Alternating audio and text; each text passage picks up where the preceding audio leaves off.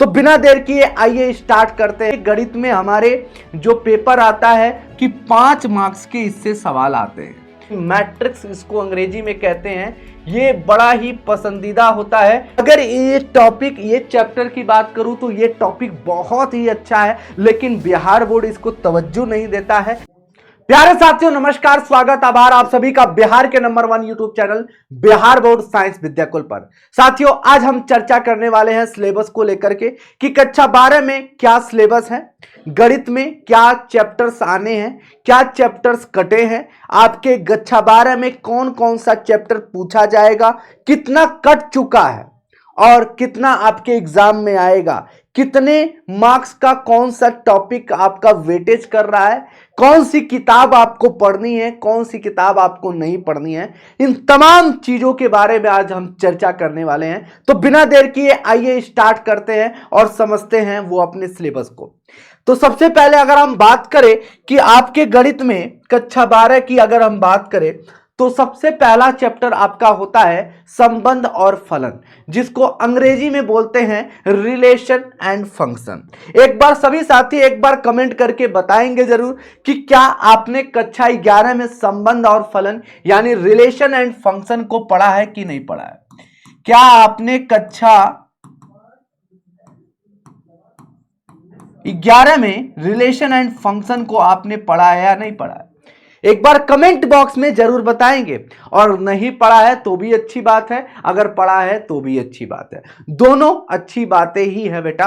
तो अगर हम बात करें रिलेशन और फंक्शन की कि जो कक्षा 12 में पढ़ने हैं, हमें संबंधों के प्रकार पढ़ने हैं, फलनों के प्रकार पढ़ने हैं यानी type of function, type of relation, फलनों का संयोजन तथा व्युत्क्रमणीय फलन यानी कंपोजिशन ऑफ फंक्शन, और साथ में इन्वर्टिबल फंक्शन भी हमें पढ़ना है। और उसके बाद है हमारा द्विआधारी संक्रिया, जिसको आप बाइनरी ऑपरेशन कहते हो। अब थोड़ा सा इसे विस्तृत जानकारी हम लेते हैं कि इस चैप्टर का वेटेज कितना है हमारे एग्जाम में कक्षा 12 के। तो अगर वेटेज की बात करें तो अगर आप सभी को पता होना चाहिए, गणित में हमारे जो पेपर आता है वो 200 नंबर का होता है।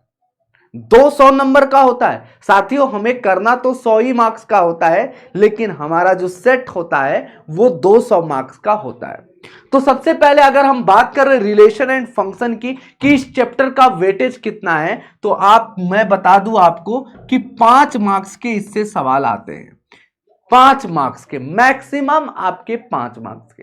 और ये कहां कहां से आ सकते हैं तो मैं तुम्हें बता देता हूं। संबंध के प्रकार से आपके ऑब्जेक्टिव प्रश्न आते हैं। क्या बेटा? ऑब्जेक्टिव प्रश्न आते हैं, ऑब्जेक्टिव। ठीक है भाई।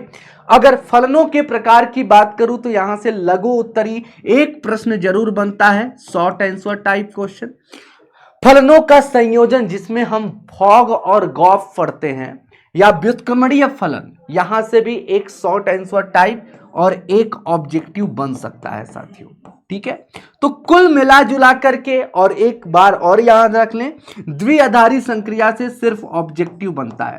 तो कुल मिला के यहां से 5 से 6 मार्क्स के ही सवाल बनते हैं, हर बार आपको देखने को मिलते हैं। ठीक है भाई।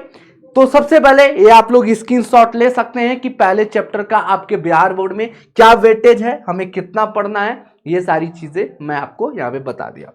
अब हम दूसरे चैप्टर की बात करें तो बिहार बोर्ड में दूसरा सबसे इंपॉर्टेंट यानी पहला इंपॉर्टेंट चैप्टर जो बिहार बोर्ड का है, वैसे अगर देखा जाए तो हमारे सिलेबस का कक्षा 12 में गणित के वो दूसरा अध्याय पढ़ता है प्रतिलोम त्रिकोणमितीय फलन यानी इनवर्स ट्रिग्नोमेट्रिक फंक्शन साथियों। क्या? Inverse trigonometric function, inverse trigonometric function, inverse trigonometric function. ठीक है भाई, इनवर्स ट्रिग्नोमेट्रिक फंक्शन। अगर मैं इस दूसरे चैप्टर की बात करूं तो क्या वेटेज है सर, तो भैया बहुत ज्यादा इंपॉर्टेंट है।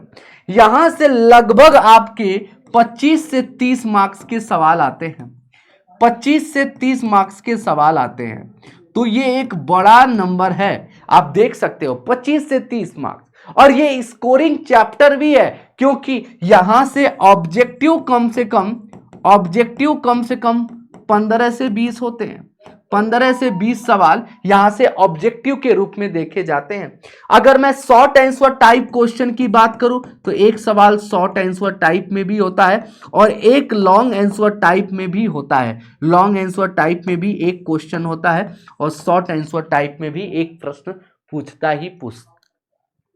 ठीक है, इसलिए अगर देखा जाए तो ये चैप्टर बहुत ज्यादा इंपॉर्टेंट है, आपको इसको समझना पड़ेगा।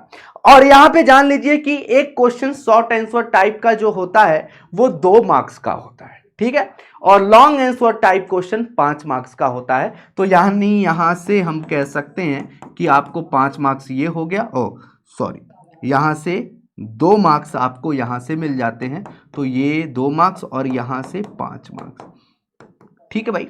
और बाकी जो ऑब्जेक्टिव क्वेश्चन होते हैं वो 1-1 मार्क्स के होते हैं। तो इस तरह से हम यहां से देख सकते हैं कि दूसरा अध्याय हमारे लिए कितना इंपॉर्टेंट है। अब मैं तीसरे अध्याय की बात करूं जिसका नाम है आव्यूह। अगर मैं पूरी किताब की बात करूं तो आव्यूह यानी मैट्रिक्स इसको अंग्रेजी में कहते हैं, ये बड़ा ही पसंदीदा होता है। बिहार बोर्ड ही नहीं अपितु जितने भी बच्चे कक्षा 12 में पढ़ते हैं उनका पसंददीदा चैप्टर होता है, क्योंकि ये बड़ा ही आसान होता है। हाँ, देखने में तुम्हें नया लग रहा होगा, जो भी हमारे साथी नए जुड़ रहे होंगे, कक्षा 11 में पढ़े नहीं होंगे या कक्षा 11 से सीधे 12 में आ रहे हैं, तो उनके लिए एक नया चैप्टर दिख रहा होगा। हाँ बिल्कुल, ये एक नया टॉपिक है लेकिन सबसे शानदार टॉपिक है। आव्यूह यानी हम पढ़ेंगे इसमें मैट्रिक्स क्या होता है, आव्यूह के प्रकार यानी टाइप ऑफ मैट्रिसेस, आव्यूह पर संक्रियाएं कि कैसे 2 आव्यूह को जोड़ा जाए, घटाया जाए, गुणा किया जाए, हम इस पे बात करेंगे। आव्यूह का परिवर्त यानी ट्रांसपोज ऑफ मैट्रिक्स, सममित तथा विषम सममित आव्यूह यानी symmetric and skew symmetric matrix, और आव्यूह पर प्रारंभिक संक्रिया यानी एलिमेंट्री ट्रांसफॉर्मेशन द्वारा हम कैसे एक आव्यूह का इनवर्स ज्ञात करते हैं, व्युत्क्रम ज्ञात करते हैं, वो हम सीखेंगे। ठीक है बच्चों, तो ये कुछ टॉपिक्स हैं जो आपके कक्षा 12 में हमें पढ़ने हैं। अगर मैं बात करूं तो यहां से आपके 15 से 20 मार्क्स के सवाल आ जाते हैं। क्या भैया, 15 से 20 मार्क्स के सवाल आ जाते हैं, 15 से 20 मार्क्स के सवाल। अगर मैं शॉर्ट आंसर टाइप क्वेश्चन की बात करूं, लघु उत्तरी की बात करूं, तो इससे एक प्रश्न आपका लघु उत्तरी में आता ही आता है। और लॉन्ग आंसर टाइप क्वेश्चन की बात करूं तो 0 बटा सन्नाटा होता है कि इससे आपके लॉन्ग यानी दीर्घ उत्तरी में सवाल नहीं आते हैं। ठीक है भाई, अब आगे बढ़ते हैं, हम लोग शारीरिक के ऊपर चर्चा करते हैं। शारीरिक को अंग्रेजी में बोलते हैं साथियों डिटर्मिनेंट। क्या बोलते हैं साथियों? डिटर्मिनेंट। और ये बिहार बोर्ड में जो अगर कह सकते हैं कि जो हमारा तीसरा चैप्टर था उसका बड़ा भाई है ना। और ये इसमें कौन कौन से टॉपिक पढ़ने हैं तो आप सभी को दिख रहे हैं। शारीरिक क्या होता है यानी डिटर्मिनेंट क्या होता है, उसको कैसे हल करते हैं, उसका मान कैसे निकालते हैं, ये हम सीखेंगे। 2x2 का, 3x3 का। शारीरिक को गे गुणधर्म यानी प्रॉपर्टी ऑफ डिटर्मिनेंट, यानी त्रिभुज का क्षेत्रफल यानी हम कैसे शारीरिक का प्रयोग करके क्षेत्रफल निकाले त्रिभुज का, वो हम सीखेंगे। उपशारीरिक और सहखंड यानी आप माइनर और कोफैक्टर देखेंगे यहाँ पे।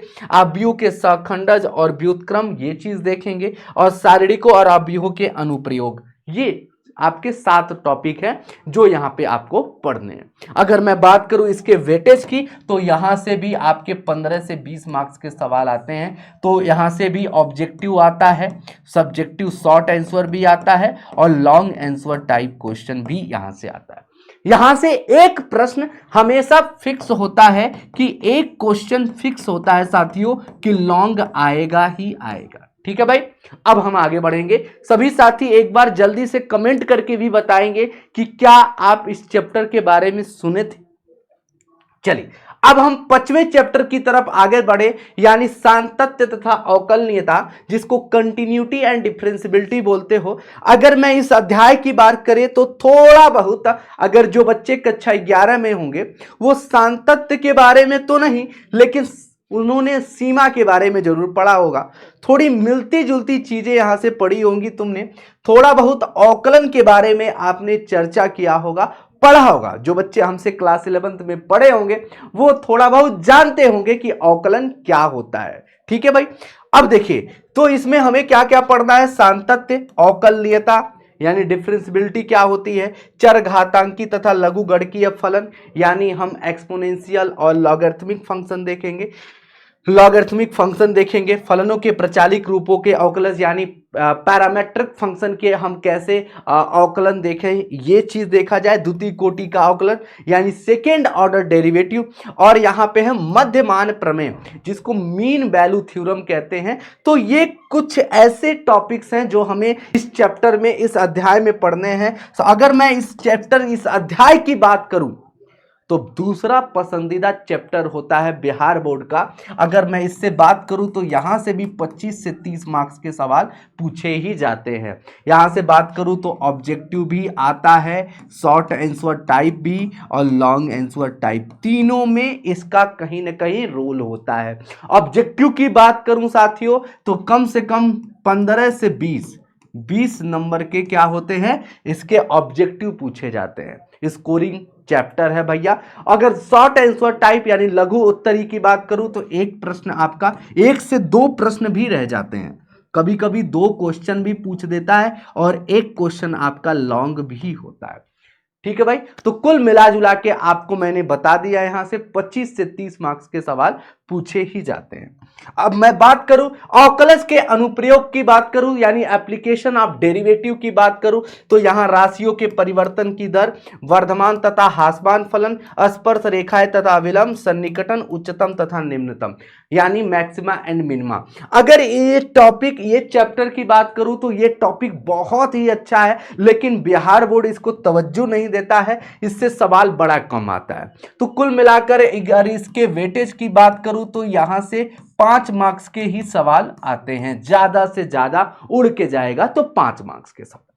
अब आते हैं सबसे बड़ा दैत्य, समाकलन यानी इंटीग्रेशन, और इससे थोड़ा बहुत तो आप परिचित होगे ही होगे। जब आपको गणित की बात की जाती है तो इसी की बात की जाती है, भैया कक्षा 12 में पढ़ रहे हो तो समाकलन आता है कि नहीं आता है। ठीक है, तो अगर समाकलन की बात करें तो यहां से आपके 45 से 50 मार्क्स के सवाल आते हैं, टोटल 45 से 50 मार्क्स। यहां से ऑब्जेक्टिव भी ठीक ठाक 25 से 30 क्वेश्चन मिलेगा आपको, यहां से लघु उत्तरी भी मिलेगा, यहां से दीर्घ उत्तरी भी मिलेगा। ठीक है भाई, अगर मैं बात करूं तो यहां पे कौन कौन से टॉपिक पढ़ने हैं, समाकलन की विधियां यानी हम कितने मेथड से इंटीग्रेशन कर सकते हैं, कुछ विशिष्ट फलनों के समाकलन, आंशिक भिन्नों द्वारा समाकलन, by partial method, substitution method, और फिर है हमारा खंडशः समाकलन यानी बाई पार्ट्स मेथड, निश्चित समाकलन यानी डिफाइनाइट इंटीग्रल, कलन की आधारभूत प्रमेय, जो मतलब अगर देखा जाए तो यहां से सवाल तो नहीं आता है बट थोड़ा सा ही हम लोग पढ़ेंगे जरूर इसमें। फिर प्रतिस्थापन द्वारा निश्चित समाकलन का मान ज्ञात करना, यानी निश्चित समाकलन जो डिफाइनाइट इंटीग्रल हम पढ़ने वाले हैं उसमें हम प्रतिस्थापन का प्रयोग करके कैसे करेंगे, ये चीज हम पढ़ने वाले हैं। निश्चित समाकलन के गुणधर्म यानी प्रॉपर्टीज ऑफ डिफाइनाइट इंटीग्रल, ये चीज हम पढ़ने वाले हैं। ठीक है भाई, अब समाकलन के अनुप्रयोग की बात करें भैया 8वें चैप्टर की, अगर आप बिहार बोर्ड में बात करें तो इससे सवाल, ये बढ़िया टॉपिक है बट अगर मैं बात करूं तो इससे ज्यादा सवाल नहीं आता है। आपका एक सवाल आ सकता है, वो भी 5 मार्क्स में कभी कभी दे देता है, कभी कभी आपको ये सब्जेक्टिव में शॉर्ट आंसर में देखने को मिलता है, तो उड़ के जाएगा तो मैक्सिमम मार्क जो होगा वो 5 नंबर का ही पूछा जाएगा। तो समाकलन के अनुप्रयोग यानी जो भी हमने इंटीग्रल पढ़ा है उसका हम प्रयोग हम डेली लाइफ में कैसे करते हैं, एक्चुअली में अगर देखा जाए तो यहाँ पे क्षेत्रफल ज्ञात करने के लिए, वक्रों के बीच का, रेखा के बीच का, वक्र और रेखा के बीच के क्षेत्रफल ज्ञात करने के लिए हम इसका प्रयोग बेसिकली करते हैं। तो साधारण वक्रों के अंतर्गत क्षेत्रफल, 2 वक्रों के मध्यवर्ती क्षेत्र का क्षेत्रफल, 2 टॉपिक हमें यहाँ पे पढ़ना है, 2 एक्सरसाइज है। ठीक है भाई, अब आ जाते हैं 9वें चैप्टर की बात तरफ, अवकल समीकरण जिसको डिफरेंशियल इक्वेशन बोलते हो, ये अध्याय नंबर 9 है। अगर इसके वेटेज की बात करूं साथियों तो इसका वेटेज ठीक ठाक है, अगर देखा जाए तो लगभग आपके 15 से 20 मार्क्स के सवाल यहां से भी पूछ लिए जाते हैं। 2 से 3 ऑब्जेक्टिव होंगे, 2 से 3 ऑब्जेक्टिव होंगे, शॉर्ट आंसर टाइप क्वेश्चन भी ठीक ठाक होता है, मतलब 2 क्वेश्चन कभी कभी दे देता है, कभी कभी 1 क्वेश्चन, और लॉन्ग आंसर टाइप क्वेश्चन भी रहता है। ठीक है भैया, अगर इसके टॉपिक की बात करें तो आधारभूत संकल्पनाएं, फिर अवकल समीकरण का व्यापक एवं विशिष्ट हल, फिर दिए गए व्यापक हल वाले अवकल समीकरण का निर्माण, प्रथम कोटि एवं प्रथम घात के अवकल समीकरण को हल करने की विधियां। ठीक है भाई, तो हम ये देखेंगे बेसिकली इसमें कि अवकल समीकरण को हल करने की विधियां, उसमें 3 तरह की विधियां हम पढ़ने वाले हैं, और साथ साथ में हम समाकलन गुणक भी इसमें पढ़ने वाले हैं, जहां से ऑब्जेक्टिव क्वेश्चन पूछा जाता है, और साथ साथ में किसी भी अवकल समीकरण की कोटि और घात, ये भैया हरदम बिहार बोर्ड में आता ही आता है, आने ही आने हैं कि किसी भी अवकल समीकरण की कोटि और घात ज्ञात करें। सदिश बीजगणित यानी वेक्टर अलजेब्रा की बात करें तो वेक्टर अलजेब्रा का भी ठीक ठाक वेटेज है साथियों, 25 से 30 मार्क्स के सवाल यहां से भी सवाल पूछ लिए जाते हैं, और यहां से ऑब्जेक्टिव सब्जेक्टिव, अब इधर बीच कुछ 1-2 साल से लॉन्ग भी पूछ रहा है, तो ऑब्जेक्टिव सब्जेक्टिव लॉन्ग यहां तीनों पूछता है। कुछ आधारभूत संकल्पनाएं, सदिशों के प्रकार, है ना साथियों, स्क्रीनशॉट जरूर लेते जाइएगा, और एक बार कमेंट करके बताइएगा क्या आप सदिश के बारे में कुछ जानते हैं, क्या होता है सदिश, एक बार कमेंट करके जरूर बताएंगे। सदिशों का योगफल, 2 सदिश को कैसे जोड़ा जाए, गुणा कैसे किया जाए, तो गुणा भी यहां पे 2 प्रकार का पढ़ेंगे हम लोग, डॉट प्रोडक्ट और क्रॉस प्रोडक्ट। बेसिकली अगर देखा जाए तो आप कक्षा 11 में फिजिक्स के चैप्टर में जरूर पढ़े होंगे, किसके बारे में, सदिश के बारे में। एक बार जरूर कमेंट करके बताना कि हम पढ़े या नहीं पढ़े। त्रिविमीय ज्यामिति यानी 3D की बात करें, अगर यहां से देखा जाए तो आपके 15 से 20 मार्क्स के सवाल यहां से भी पूछ लिए जाते हैं। रेखा के दिक् कोसाइन और दिक् अनुपात ज्ञात करना, अंतरिक्ष में रेखा का समीकरण, 2 रेखाओं के मध्य कोण, ठीक है, 2 रेखाओं के मध्य न्यूनतम दूरी निकालने के लिए समतल यानी प्लेन, 2 रेखाओं का सहताली होना, 2 समतलों के बीच का कोण, समतल से दिए गए बिंदु की दूरी, एक रेखा और समतल के बीच का कोण। ठीक है, तो ये कुछ ऐसे टॉपिक्स हैं जो हमें पढ़ने हैं कक्षा 12 में। अगर मैं बात करूं तो 15 से 20 मार्क्स के सवाल होते हैं, यहां से ऑब्जेक्टिव की मात्रा थोड़ी कम होती है, 2 से 3 ऑब्जेक्टिव होते हैं, लेकिन ऑब्जेक्टिव भी इससे सवाल पूछा ही जाता है। शॉर्ट आंसर टाइप क्वेश्चन एक रहेगा, लॉन्ग आंसर टाइप क्वेश्चन भी यहां से पूछा जाता है, तो ये बात का ध्यान देना है आपको। ठीक है, तो कुछ ऐसे अध्याय हैं जहां से ऑब्जेक्टिव सब्जेक्टिव लॉन्ग सब कुछ पूछ रहा है। अब ये बात करें तो रैखिक प्रोग्रामिंग सबसे, मतलब अगर आरबीयू की बात देखा जाए तो सबसे इजी चैप्टर ये है, लेकिन कुछ बच्चे ऐसे होते हैं जो 10-11 नहीं पढ़ते हो तो उनके लिए हार्ड लगता है, लेकिन अगर सच बताएं तो जिन्होंने 10वीं भी पढ़ी है उनके लिए ये चैप्टर बहुत ही आसान हो जाता है और बड़ा ही स्कोरिंग होता है। यहां से अगर मैक्सिमम मार्क्स की बात करें साथियों तो यहां से आपके 7 मार्क्स पक्का है, 7 मार्क्स के सवाल तो आएंगे ही आएंगे, डन, 101%। एक क्वेश्चन आपका लॉन्ग में होता है, एक क्वेश्चन लॉन्ग में होता है, एक आध क्वेश्चन आपका ऑब्जेक्टिव में पूछ दिया जाता है। ठीक है, लॉन्ग में एक क्वेश्चन आपका थप्पा लगाया हुआ है कि स्टार लगा लो कि भैया फिक्स है कि एक सवाल यहां से दीर्घ उत्तरी में पूछा ही पूछा जाएगा। तो ये बढ़िया चैप्टर है, रैखिक प्रोग्रामिंग के भिन्न प्रकार, रैखिक प्रोग्रामिंग समस्या और उसका गणितीय सूत्रीकरण। ठीक है साथियों, जिसको लीनियर प्रोग्रामिंग के नाम से भी जानते हैं। और सबसे लास्ट है हमारा प्रायिकता यानी प्रोबेबिलिटी। प्रोबेबिलिटी की अगर बात करें तो आपने 9, 10, 11वीं इन सब में अगर आपने प्रोबेबिलिटी को पढ़ा है तो बहुत अच्छा काम आपने किया है, तो आपको प्रायिकता में कोई दिक्कत नहीं होगी, बड़े प्रेम से इसको समझ जाएंगे। अब प्रायिकता में अगर बात करें तो सप्रतिबंध प्रायिकता एक आपकी नई चीज है, लेकिन ऐसी बात नहीं है, जिन्होंने 11th पढ़ा है वो इस चीज को समझ जाएगा। कंडीशनल प्रोबेबिलिटी, प्रायिकता का गुणन नियम, स्वतंत्र घटनाएं, वेज प्रमेय, यहां से लॉन्ग क्वेश्चन आता है, यादृच्छिक चर और इसके प्रायिकता बंटन, यहां से भी लॉन्ग और शॉर्ट पूछ देता है। वर्णौली परीक्षण और द्विपद बंटन, यहां से भी आपके लॉन्ग पूछ दिया जाता है। जो आपके शॉर्ट और ऑब्जेक्टिव में आते हैं सवाल, वो सप्रतिबंध प्रायिकता और प्रायिकता का गुणन नियम और स्वतंत्र घटनाएं से सवाल पूछते हैं। ठीक है भैया, तो अगर देखा जाए तो ये हमारे टॉपिक्स हैं जो हमें कक्षा 12 में पढ़ने हैं साथियों। अगर हम बात करें तो यहां से भी अगर वेटेज की बात करें तो 15 से 20 मार्क्स के सवाल यहां से पूछ लिए जाते हैं भाई, पूछ लिए जाते हैं। तो कुल मिला जुला के आपने पूरे अध्याय को देख लिया, टोटल आपके 13 चैप्टर ही हैं जो कक्षा 12 में हमें पढ़ने हैं। साथियों बड़ा ही कम है चैप्टर की संख्या, हमें बड़े प्रेम से पढ़ना है साथियों, और बड़े दुलार से इसको लेकर के चलना है। ठीक है भाई, और ये कुछ वेटेज हो गए, मैंने आपको बता ही दिया कि 100 नंबर के क्वेश्चन आते हैं, मतलब आते तो भैया 200 नंबर का पेपर होता है, लेकिन हमें करने कितने होते हैं, 100 ही मार्क्स का करना होता है। ठीक है भाई, और सारे चैप्टर्स का वेटेज भी मैंने आपको यहां पे बता दिया।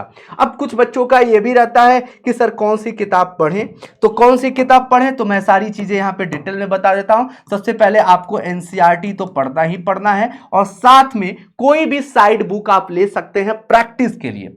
प्रैक्टिस के लिए अभी से स्टार्ट कर सकते हैं प्रैक्टिस के लिए, जैसे आरडी शर्मा भी ले सकते हैं, यहां पे मैं लिख दे रहा हूं, आरडी ले सकते हो, ये अंग्रेजी में बेसिकली होता है, आरएस ले सकते हो, या आप केसी भी ले सकते हो, केसी सिन्हा भी ले सकते हो। ठीक है भाई, और फिर उसके बाद आपको अक्टूबर और नवंबर में पहले आपको एनसीईआरटी और एनसीईआरटी के साथ प्रैक्टिस करने के लिए ये चीज अगर आपने कर लिया, तो अंत में अक्टूबर नवंबर में जाके आपके कुछ क्या होते हैं, मॉडल पेपर होते हैं, कुछ गेस पेपर होते हैं, कुछ पीवाईक्यू होते हैं जो आपको यहां पे लगाने हैं, और कुछ मॉडल पेपर। इसके बाद आपको 100 में 100 कोई नहीं रोक सकता। ठीक है, बस आपने इतना कर लिया तो 100 में 100 आने से कोई रोक नहीं सकता है। तो कितने बच्चे ऐसे हैं जो अब की पारी यानी 2026 की परीक्षा में बिहार बोर्ड में 100 में 100 लाना चाहते हैं गणित में, एक बार कमेंट करके जरूर बताएंगे, और किस चैप्टर में कहां पे उनको दिक्कत है एक बार जरूर बताएंगे। अपनी जो भी समस्या है, जो भी त्रुटि है, वो जरूर बताएंगे, क्योंकि उसका निदान यहीं पे होगा। और जो भी हमारे साथ नए साथी जुड़े हैं, एक बार सब्सक्राइब कर लेंगे। ठीक है भैया, चलते हैं, मिलते हैं अब अपनी क्लास में। थैंक यू वेरी मच, जय हिंद, जय भारत।